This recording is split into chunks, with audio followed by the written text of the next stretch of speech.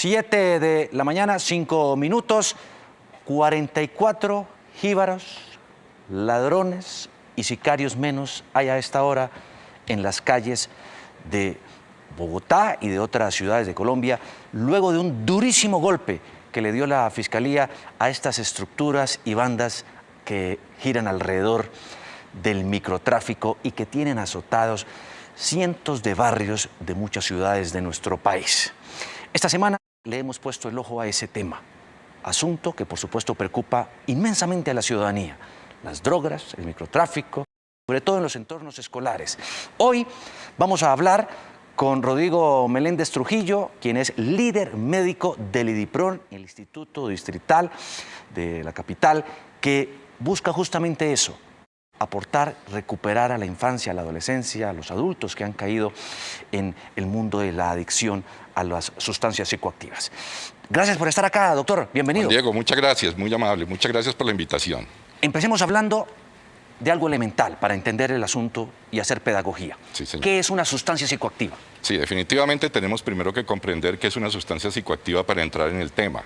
Y una sustancia psicoactiva es generalmente una droga que al ingresar al organismo va a generar un cambio a nivel del sistema nervioso central o a nivel del sistema nervioso periférico, que puede ser inhibición del dolor, puede ser un cambio en los procesos que tiene el cerebro, un cambio en el pensamiento o un cambio en la percepción de los sentidos. Entonces es cuando comenzamos a hablar de alucinaciones u otras situaciones que se pueden presentar. Ahora hablemos de el tipo de sustancias. ¿Cuáles son? Sí, Juan Diego, hay muchas clasificaciones para las sustancias psicoactivas, pero principalmente las tenemos como estimulantes, depresoras y alucinógenas. Frente a las estimulantes tenemos principalmente lo que se refiere a la nicotina, la cafeína, las anfetaminas, que son sustancias que van a aumentar el rendimiento tanto del cuerpo como del funcionamiento cerebral. Las depresoras, entre las cuales la más frecuente es el alcohol. El alcohol, todo el mundo cree que es un estimulante. Pues sí, en la primera fase de consumo del alcohol, la persona se desinhibe, se pone contenta, pero a largo plazo es una sustancia depresora que puede llevar a la muerte por alguna situación.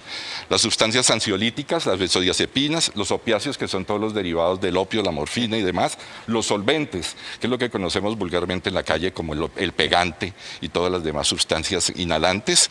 Y por último, las sustancias alucinógenas, en lo que nos referimos principalmente a lo que son los hongos, el LSD, que es la detilamida del ácido lisérgico, y algunos derivados propiamente del cannabis, y que el cannabis que también termina siendo un alucinógeno. ¿Cuáles son en este momento las sustancias que más están consumiendo los jóvenes o las personas enfermas, adictas? Las sustancias que más consumen los jóvenes dependen muchas veces de la tipología de la población. No podemos decir que hay una sustancia específica en cada ciudad, pero básicamente si nosotros tomamos en primer lugar la población habitante de calle, la población habitante de calle tiene dos triadas principales de consumo: bazuco, marihuana, alcohol, o bazuco, marihuana, pegante.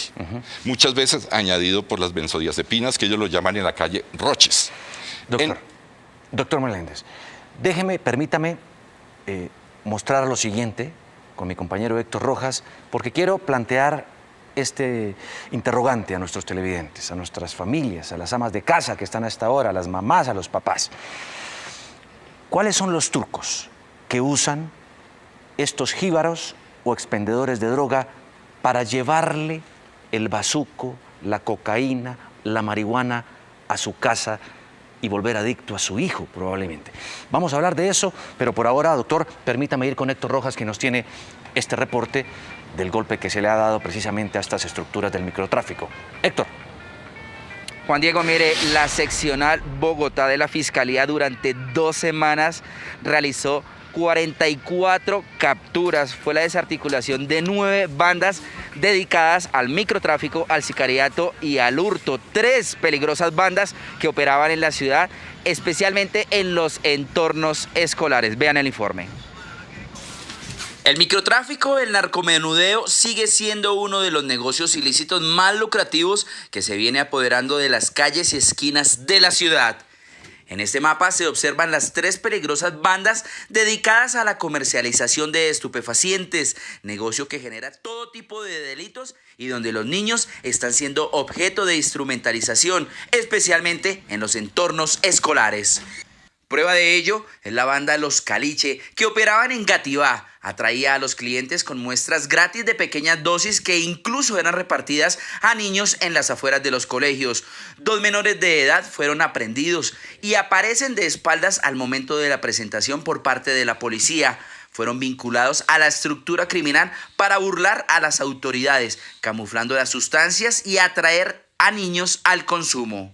Durante más de un año, la Fiscalía grabó los movimientos de los WIT 2, estructura criminal que también se dedicaba a la distribución de estupefacientes como marihuana, bazuco y cocaína y que operaba en Kennedy, en el suroccidente de Bogotá. En Usaquén, los investigadores del CTI lograron evidenciar cómo estos 2 hombres y una mujer conformaban la temida estructura criminal El Candelazo.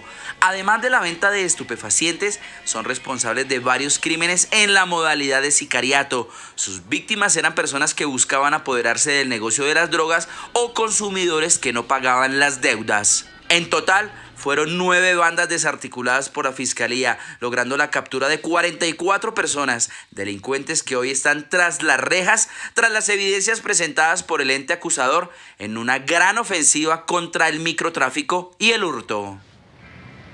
Dicen las autoridades que con el regreso de los estudiantes a los colegios, pues asimismo esta presencialidad le permitió a los delincuentes regresar a los entornos escolares para seducir a los niños y asimismo darle estas muestras gratis. Veamos lo que dice precisamente el director seccional de la Fiscalía de Bogotá.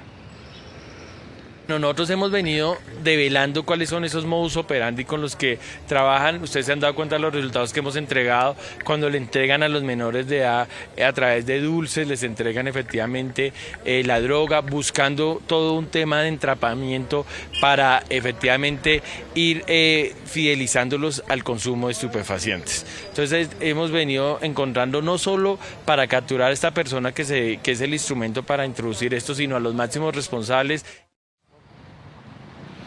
Es un importante resultado que logra la Fiscalía, sin embargo, continúan en las investigaciones, continúan identificando estas bandas porque desafortunadamente mientras capturan una banda de una localidad, otra surge debido a este consumo que hay en las calles y esquinas de la ciudad. Juan Diego.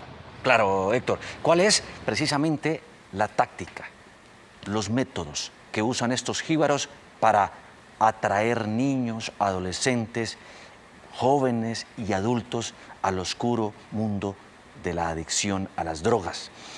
¿Qué hacen, por ejemplo, los padres de familia cuando ocurre esto? ¿Cómo detectar las señales de alerta? Si de pronto usted está empezando a ver que algo raro está ocurriendo en su casa con sus hijos. De eso vamos a hablar en minutos porque no se imaginan lo que hay alrededor de esto y la manera como entra la droga a su casa. Pero en minutos aquí con el doctor Meléndez vamos a seguir analizando ese tema.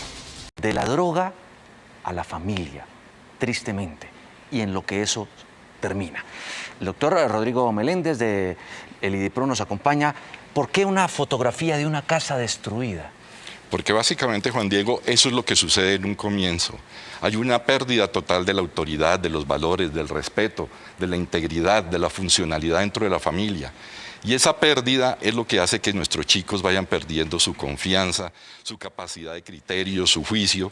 ¿Y a qué los lleva? Los lleva sencillamente a que tengan una serie de comportamientos de riesgo, en el cual en el espacio público o incluso entre los mismos colegios puedan caer en manos de este microtráfico. ¿Y a qué nos lleva todo esto? Todo esto nos lleva a una situación un poco compleja en la cual el muchacho termina consumiendo las sustancias psicoactivas. Claro. ¿Y el jíbaro? ¿Cómo lleva el jíbaro la droga a un hogar así? El jíbaro no la lleva al hogar. Es el muchacho el que la lleva al hogar, salvo en los casos que hemos visto, en los cuales el niño en su entorno es una olla. Su papá y su mamá son consumidores y son expendedores de droga. Entonces ya la droga está dentro del núcleo familiar. Pero en las otras situaciones, el jíbaro puede, a través de sus hijos, que no lo hemos visto en muchas oportunidades, ingresar los hijos la droga dentro del colegio. ¿Qué trucos usa un jíbaro para llevar a la droga a un joven? se la da al hijo y el hijo la ingresa al colegio y la ofrece dentro del colegio. O en segundo lugar, en la periferia, en el entorno escolar, el jíbaro ¿qué hace? Está esperando que salgan los chicos y les va ofreciendo muestras gratis. Entonces yo te doy una muestra gratis para que pruebes esto y después vuelves y yo te doy más barato la sustancia para que te sientas mejor. Entonces este es el muchacho. ¿Y cómo lo fideliza? Porque también hay ese tipo casi que de perversas tácticas de marketing, ¿no? Claro, claro, existe fidelización. Entonces cuando él le vende, dentro de la misma sustancia que le está vendiendo, va una laminita o va una cartulina o algo que representa esa marca que él tiene, que podemos llamarlo un gancho, y le dice al chico que cuando tenga 3 o 4 recolectadas, él le va a regalar la quinta. De esta forma logra fidelizarlo y que solamente el muchacho le compre a él. Claro. Después de que hay esta fragilidad en la familia, en una casa, en el hogar, el muchacho cae en las drogas y ¿qué pasa? El muchacho cuando cae en las drogas, entonces comienza a haber un círculo vicioso en el cual para poder conseguir esas sustancias psicoactivas, tiene que conseguir dinero. Y esa consecución de dinero, pues, como no tiene una actividad laboral, siendo un muchacho joven y que no está trabajando, en la mayoría de los casos, tiene que recurrir al robo, ya sea dentro de su núcleo familiar o fuera de su núcleo familiar. Y es cuando entonces ya la familia comienza a darse cuenta que el chico le está sacando todas las cosas de su casa y le dicen, hermano, qué pena, pero váyase para la calle. Y es cuando entonces aparece el fenómeno que aquí vemos, que es que el consumo de sustancias psicoactivas nos va a llevar a que indefectiblemente nuestros chicos tengan 3 destinos principales, de acuerdo a la evolución del cuadro. El primero, la calle, la primera C, la calle, la habitabilidad en la calle. Segundo, la cárcel, por todas las conductas delictivas que tienen que cometer para poder conseguir su sustancia psicoactiva. Y en el peor de los casos, a causa de criminalidad, el cementerio. La tercera C. C. ¿No? Son 3 Cs. Iniciamos con la primera C del consumo y terminamos con estas 3 Cs. 3 C. La calle, la cárcel y el cementerio. Claro. Muchas veces ocurre que hay quienes dicen, yo lo sé controlar. Y otro joven dice y ve eso y cree que él también puede hacerlo. ¿Eso suele ocurrir? Suele ocurrir. Existen una serie de factores individuales en las personas que son lo que hacen que una u otra persona sea más susceptible o menos susceptible a quedarse adicta a una sustancia psicoactiva.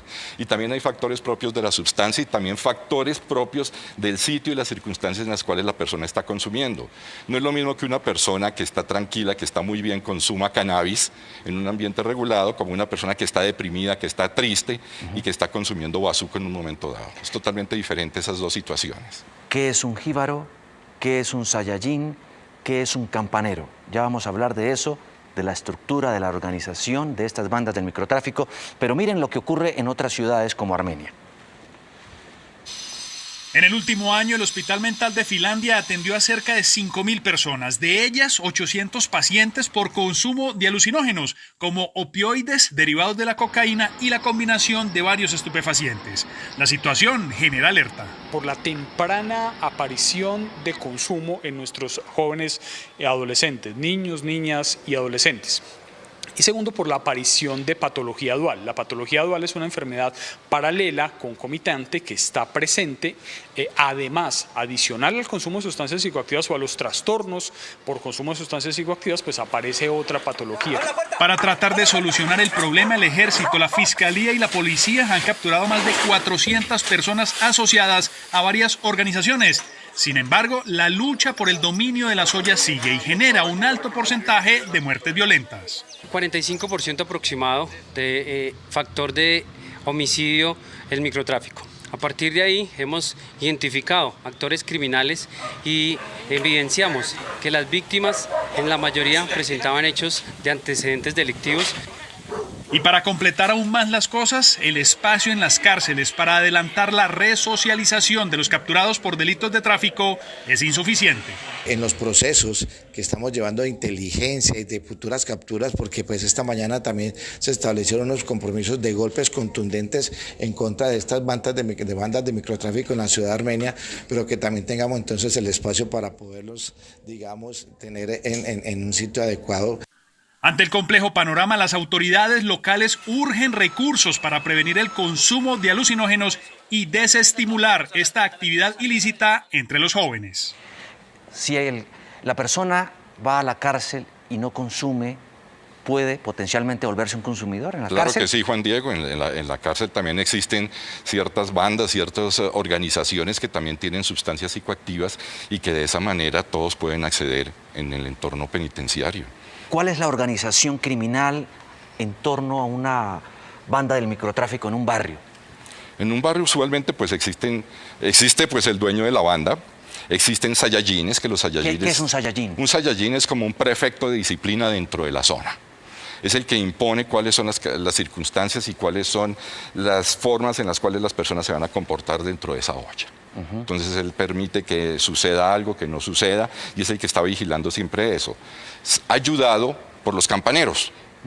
Que los campaneros son sencillamente como los celadores, los guachimanes que están vigilando quién entra y quién sale, quién puede entrar y quién no puede entrar, porque ellos son los que conocen cuál es la clientela de cada una de las ollas. Claro. Y existen por los que ya expenden, que son por un lado los taquilleros que tienen un punto fijo, o los jíbaros, que los jíbaros tienen puntos móviles a través de toda la olla ofreciendo las sustancias psicoactivas. Claro. Pues también tenemos, mire usted, lo que ocurre en Pereira. El problema de la venta y consumo de estupefacientes en Pereira va en aumento. El área metropolitana Pereira-Dos Quebradas La Virginia tiene alrededor de unos 57 puntos de distribución de drogas, en el cual las bandas como La Cordillera y el Clan de los Millán se distribuyen la mayor parte de todas estas zonas de distribución de drogas. Según los últimos estudios, el consumo de droga comienza desde los 10 años. La lucha del narcotráfico, el microtráfico en Risaralda y en Pereira han fracasado. Yo lo que considero es que tanto el gobierno nacional como local y departamental tienen que empezar a pensarse en unos nuevos enfoques que permitan, digamos, atacar este problema de raíz. Evidentemente han fracasado y eso se evidencia en los altos índices de consumo, que en lugar de disminuir, por el contrario, cada día aumenta, sobre todo en la población más joven. Aunque las capturas han aumentado en los últimos 6 meses, la mayoría en flagrancia por venta de drogas, el número de personas que han quedado en libertad también es alto. Y en lo corrido de este año se llevan 41 allanamientos con 282 personas, de las cuales han quedado 90% en libertad. De la misma forma, este año se han decomisado más de 170.000 gramos de estupefacientes. Los operativos se mantienen y en zonas apartadas se está utilizando el helicóptero de la Regional 3 para poder acabar con los expendios de droga. Decía esta nota que los niños a los 10 años inician el consumo en las drogas. Sí, señor, y cada vez va siendo una edad más precoz. Yo recuerdo cuando trabajaba en el Bronx que yo llegué a ver niños de 4 y 5 años consumiendo cigarrillo y bazuco dentro de la calle del Bronx. Increíble, increíble. Sí. Pero en esos casos es por el entorno, su misma familia. El entorno, claro, si un entorno es tóxico, eso es lo que ellos aprenden desde que están muy pequeños. Y si el papá y la mamá son consumidores, pues lógicamente que va a ser uno de los factores de riesgo para el consumo de sustancias psicoactivas, va a hacer que los hijos aprendan eso y sea la conducta a seguir. En el IDIPRON, donde usted trabaja, doctor, usted lleva mucho tiempo en esto, ¿qué han descubierto? ¿Cuántos de los que caen en este mundo de las drogas logran salir? Yo pienso que tener cifras cuantitativas es muy difícil frente a este fenómeno. Nosotros tenemos cifras de que muchísimos de nuestros muchachos que ingresan a la institución no funcionales por el consumo problemático de sustancias psicoactivas, durante el proceso pedagógico que realizamos en el instituto, se vuelven funcionales y los reintegramos a la sociedad para que puedan ser productivos y puedan tener un buen autogobierno y su buen proyecto de vida. Si usted es padre de familia, tiene niños, adolescentes, esto le interesa mucho. Factores de riesgo, doctor. Sí, los factores de riesgo que nosotros encontramos entre las causas de que los muchachos, los adolescentes y menores que los adolescentes caigan en el consumo de sustancias psicoactivas son muchas, pero principalmente tenemos en primer lugar las experiencias traumáticas del pasado. En esto nos referimos a, por ejemplo, víctimas del conflicto armado, víctimas de abuso sexual, víctimas de mucha serie de circunstancias, incluso por los padrastros, madrastras que no pertenecen a ellos y han sido castigadores para estos chicos.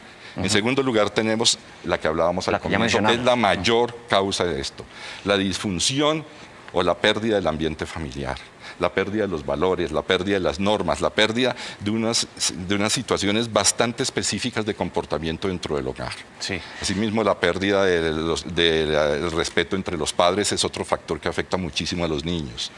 Los amigos. Los grupos de amigos o pares o la presión de grupo. Los amigos, para que el chico pueda estar con ellos, entonces le dice, tienen que consumir. Aquí no puede estar con nosotros una persona que no consuma. Y este muchacho, para lograr ingresar a ese grupo, comienza a consumir. Y es por curiosidad, muchas veces, por un consumo experimental, que ingresa a este consumo y después el muchacho termina siendo un consumidor habitual, si no tiene muy bien estos valores que en el hogar le debieron dar. En este cuarto punto, quiero enfatizarlo, porque son los que representan un liderazgo, tienen una amplia representatividad y reconocimiento social y pueden terminar induciendo a muchos a las drogas. Claro que sí, si tú ves en las redes sociales, por ejemplo, que hay un cantante de rock que consume heroína, los muchachos, por esa admiración, tienden a reproducir esos comportamientos en ellos. Entonces, es otra de las formas por las cuales los muchachos tienen factores de riesgo para iniciar su consumo de sustancias psicoactivas. Claro. Bueno, pues en el EDIPRON ustedes además adelantan una serie de terapias alternativas, ¿como cuáles? Nosotros hacemos una serie de terapias alternativas que tú los llamas así, los llamamos reducción de riesgo. La reducción de riesgo son una serie de conductas y de procesos que se han estandarizado a nivel mundial, en las cuales nosotros lo que procuramos es que estos muchachos se les retrase el tiempo de contacto con la droga de acuerdo a los niveles de prevención, y cuando ya están consumiendo tenemos entonces los procesos que hablábamos los dos de la medicina alternativa. Entonces tenemos un equipo de médicas especializadas en medicina alternativa que mediante 4 procesos básicos, que son la auriculoterapia, que es la aplicación de estos diábolos, de estas pequeñas agujitas en las orejas mediante un protocolo específico para el consumo de sustancias psicoactivas. Segundo lugar, la terapia craniosacra. Tercer lugar, la electroestimulación. Y por último, la acupuntura en ciertas zonas específicas que nos pueden ayudar a que los muchachos superen la sintomatología derivada del síndrome de abstinencia del consumo problemático de sustancias psicoactivas. Doctor Meléndez, muchísimas gracias por estar aquí en Noticias Caracol, por supuesto por entregarnos toda esta valiosa información para todos nuestros televidentes que probablemente pueden serles muy útiles en estos momentos para prevenir o darle el tratamiento más indicado a una situación de las que hemos hablado. Muchas gracias, doctor, por estar acá. Juan Diego, muchas gracias, y tengamos presente que en manos de nosotros está el futuro del país, y eso es invirtiendo en educación, invirtiendo en salud en nuestros niños.